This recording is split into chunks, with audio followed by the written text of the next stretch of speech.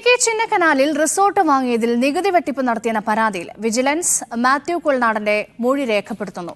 Thodupuzha മുട്ടത്തെ vigilance ഓഫീസിലാണ് മൊഴിയെടുപ്പ്. അന്വേഷണത്തെ സ്വാഗതം ചെയ്യുന്നുവെന്നും തന്നെ സംശയത്തിന്റെ നിഴലിൽ നിർത്താൻ അനുവദിക്കില്ലെന്നും മാത്യു കുൾനാടൻ പറഞ്ഞു.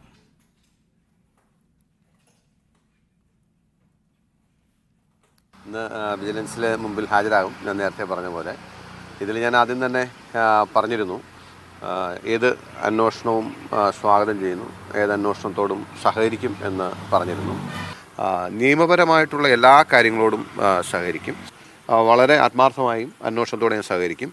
പക്ഷേ അത് ഒരു ഒരു ഒരു സമൂഹത്തിന് മുമ്പിൽ പുകമറ സൃഷ്ടിക്കാനും അല്ലെങ്കിൽ രാഷ്ട്രീയപരമായി വേട്ടയാടാനുമാണെങ്കിൽ ഞാൻ രാഷ്ട്രീയപരമായി നിയമപരമായി തന്നെ അത് പ്രതിരോധിക്കേണ്ടതായിട്ട് വരും.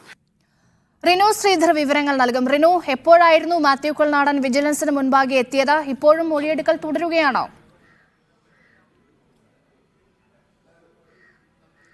രേഷ്മ, 1 മണിക്കൂർ പിന്നിടുന്നു മൊഴിയെടുക്കൽ ആരംഭിച്ചിട്ട്. 12 മണിയോടുകൂടിയാണ് തൊടുപുഴ മുട്ടത്തെ വിജിലൻസ് ഓഫീസിൽ മാത്യു കുഴൽനാടൻ MLA എത്തിയത്.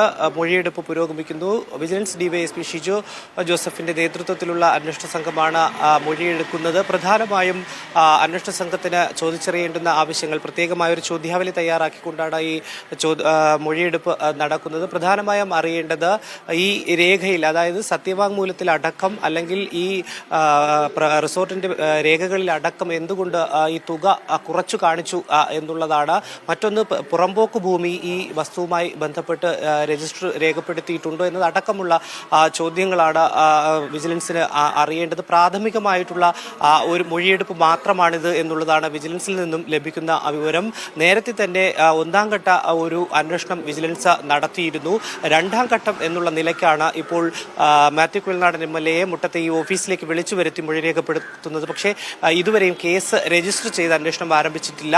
ഈ പ്രാഥമിക മൊഴിയെടുപ്പ് കൂടി കഴിഞ്ഞതിന് ശേഷം മാത്രമായിരിക്കും കേസ് രജിസ്റ്റർ ചെയ്ത് അന്വേഷണം അടക്കമുള്ള നടപടിക്രമങ്ങളിലേക്ക് വിജിലൻസ് പോവുക. ഇപ്പോൾ മാത്യു കുഴൽനാടൻ MLA ഈ കേസുമായി ബന്ധപ്പെട്ട് പ്രതിയല്ല. പ്രധാനമായും ഈ രേഖകളിലടക്കം തുക കുറച്ചു കാണിച്ചു. 7 കോടിയോളം രൂപ വിലമതിക്കുന്ന ഒരു റിസോർട്ടാണ് ചിന്നക്കനാലിൽ വാങ്ങിയത്. ഇതിലൂടെ നികുതി തട്ടിപ്പ് നടന്നു എന്നുള്ളതാണ് എറണാകുളം CPIMന്റെ ജില്ലാ സെക്രട്ടറി CN മോഹൻ അടക്കം നൽകിയ പരാതിയുടെ ഒരു ആധാരം. അതിനെ അടിസ്ഥാനമാക്കിയാണ് ഇത്തരം ഒരു മൊഴിയെടുപ്പ് നടക്കുന്നത്. ശരി റിനു.